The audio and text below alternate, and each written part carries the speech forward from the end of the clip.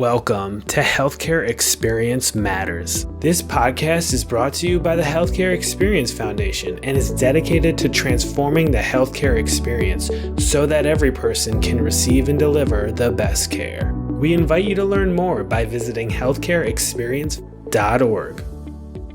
Well, welcome to Quiet Quitting. We're excited that you're here, this live learning event today. It's a hot topic. We know that many of you have signed up with specific requests of things that you'd like to hear and learn about today. And I'm thrilled to be with you. I'm Brooke Billingsley, and I'm going to be your facilitator for this jam-packed 30 minutes.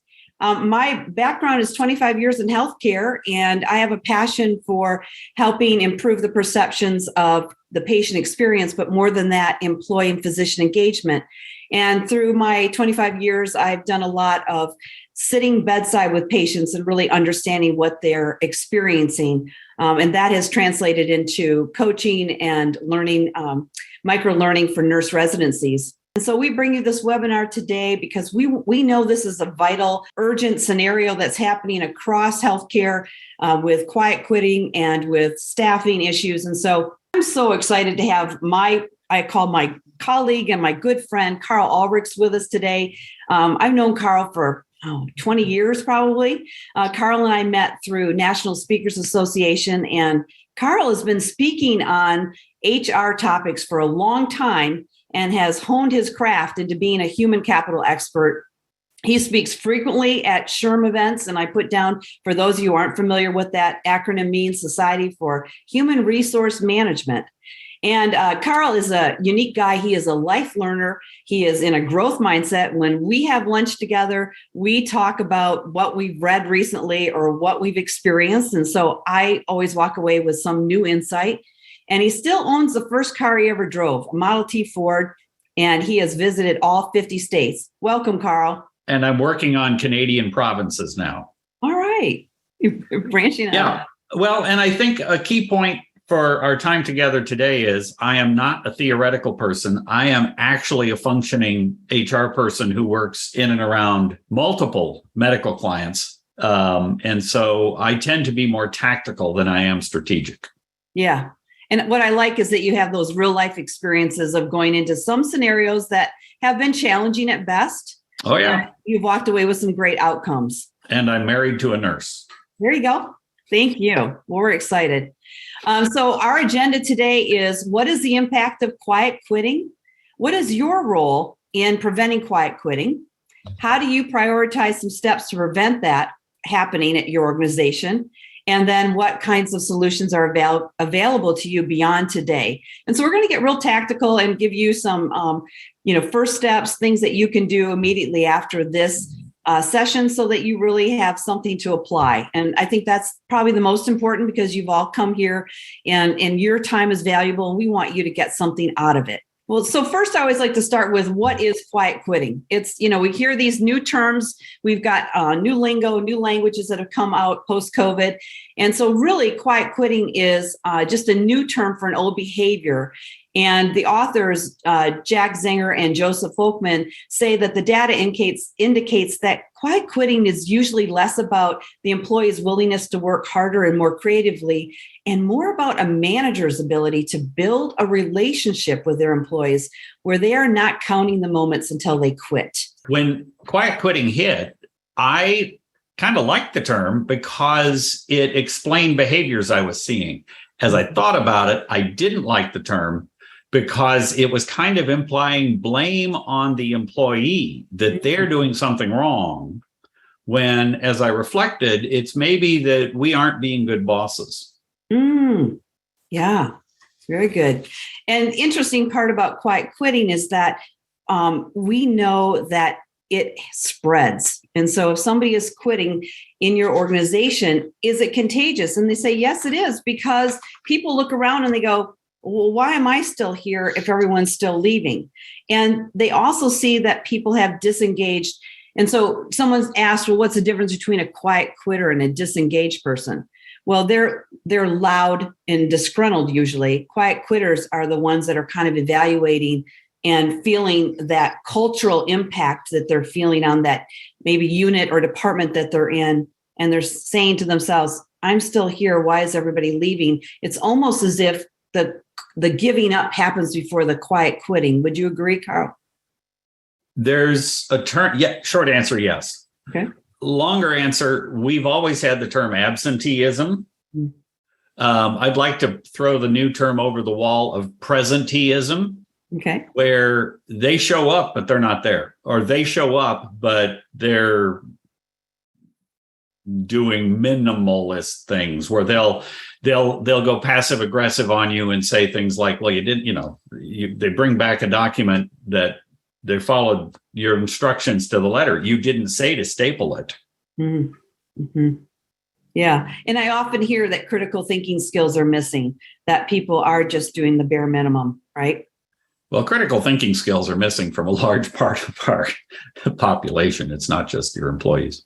Well, and we took an assessment before we wanted to have this webinar, and we asked people, what were they experiencing?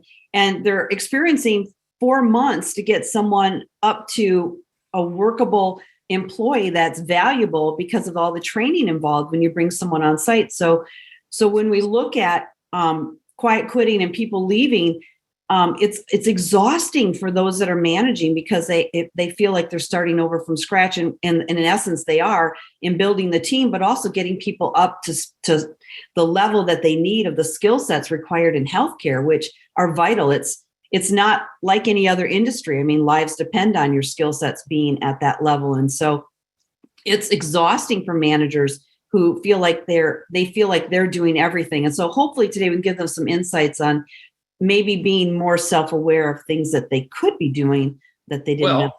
And not meaning to give away one of the punchlines here, but the more you keep your good people, the less you have to hire and train. Mm-hmm. Right. And sometimes people don't weigh the expense of all of that interviewing and onboarding and labor-intensive time to what that means when they leave and you start over. Fully engaged RNs are 61% more likely to stay. 17% is the current RN vacancy rate right now. Less than a quarter of organizations anticipate reducing their reliance on agency staff, which is a huge element in the healthcare environment financially and morale and team building, because you have all of these agency nurses coming in and different levels of teamwork that are happening or not happening. And then we talk about why people stay. It gets back to autonomy and connectiveness, confidence and competence, and that they feel a part of the team and that they can do a good job and that they have some type of purpose at the end of the day. And so we talk about the plan, the pre-hire, the first 90 days, the first 12 months, the first 3 years. Interesting, Karl, I remember a CNO telling me at a large health system that they hired a new nurse manager for oncology. And basically, the onboarding was interviewed, hired, went through a little bit of orientation, and then just pushed out to the unit. No one's checking in. No one's coming back 90 days. No one's helping. No one's evaluating. 6 months later, 9 employees have left. 9 in that oncology department have left. Right. No exit interviews are happening. No conversation with that manager to find out, hey, maybe that style of that manager is not working. What happened? Because we just lost 9 nurses. Yeah. And so when you look at that whole process of hiring and onboarding, what can you give to the audience right now listening that is just vital? Well, first, a quick disclaimer. Most exit interviews, the person who's leaving just wants out of the room, and they will lie and say it's the money just because they don't want to get into any of this other stuff. They just want out. Just don't lower your standards when you hire, and don't skip onboarding with the people you think are already pretty savvy. They need to know your culture. They need to know your process. They need to know how you board data. They need to come in feeling they're being invested in too. So if somebody comes in agency or if somebody comes in with good experience, they still need that onboarding. Mm-hmm. They still need to be aware of the culture. That's point number 1. Point number 2, hire for values. hire for alignment with who you are as a medical operation. Here in Indianapolis, I don't know, back 15, 20 years ago, there was a proposed merger of two hospital systems. Financially, it made sense. Culturally, it did not. And they wisely didn't do it. Yeah. Yeah. So what are we finding is the impact of quiet quitting? Oh, it's huge. Mm-hmm. Well, we see it everywhere outside of our employment. I stopped at Starbucks the other day and it was a mess. Mm-hmm. People who were not aligned with the customer experience of Starbucks. And if you take that inside our facilities, where I am changing, I know it's peripheral to this, but I'm changing dentists, not because of the quality of the medical services, but because I was dissatisfied with the patient experience mm-hmm. at my dentist. And where I went, they've got it figured out. They're fully staffed. The team is engaged. They're helping each other. They're talking to each other. You can just tell that they're connected. Yeah. Yeah. And you walk into I'll just use a restaurant as experience. I went to a restaurant and I too am in Indianapolis and it was packed and it was fully staffed and they were a cohesive team that really worked together. And you're like, yep. How is this different than all the other experiences I'm having around town? And next door, there's a similar operation that is going out of business. And if you drill into it, it's because the people in charge don't know how to be good bosses. Mm. Great. And then they're not engaged. Then they're not. I wanted to throw a little data in from an HR standpoint. This is pretty live data from the Bureau of Labor Statistics. This isn't a new phenomenon. Right. This whole great resignation and quiet quitting has been going on. See the top line, the darker line? The Bureau of Labor Statistics tracks resignations. They call it quits. And here's the health services quits rate over everybody else's quits rate. Notice it started back when we came out of the last recession and people started realizing that work-life balance was important. Then we had the blip from COVID and it's right back up. But this is not a new thing. Right. Yeah. It's costing money and it's time consuming. And I hear frequently that it's a long-term goal to get back to where we were. It's not going to happen overnight. But there are some things that you're going to share that we can do immediately if we are leading people. Yep. So because you talk about performance and resignation. Yes. In general, what's going to get us out of this? We have to balance being consistent with being fair. Mm-hmm. As a leader, as a boss, we have to be both fair and consistent. Those are different things. And especially nursing staffs are hyper aware of things that aren't fair and things that aren't consistent. And we have to walk on this knife edge where we maintain a balance between those two issues. But this is, as a leader, the most challenging time of our lifetimes because we are in a new world. This is a clean sheet of paper. We don't have precedents. We don't have patterns. We try to follow best practices. We can't because all the best practices are from pre-COVID. Mm-hmm. We have to go to next practices. We have to figure out where we need to be next. And what's the impact? We talk about the impact of people resigning and leaving your organization. It all depends on how your organization, your facility, tracks the key metrics. Is it the patient experience? Is it financial? Is it operational?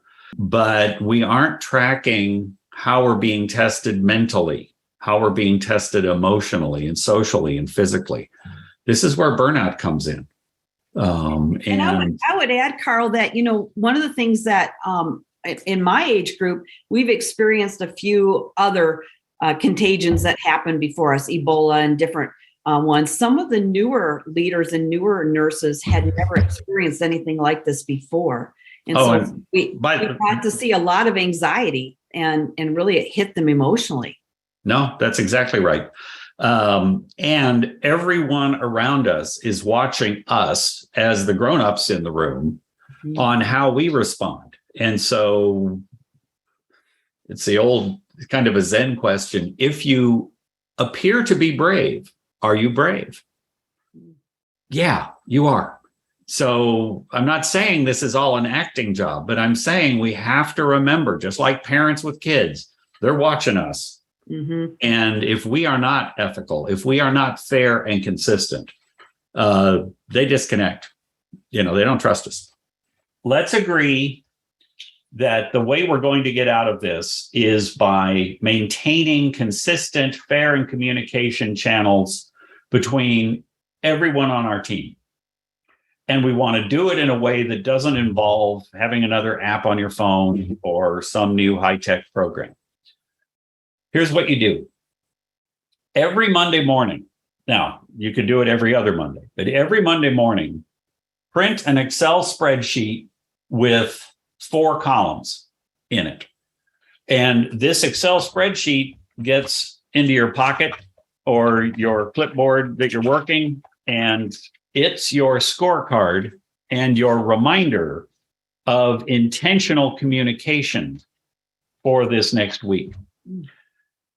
In the sheet, we've got first column, everybody's name that is important to the proper functioning of your unit.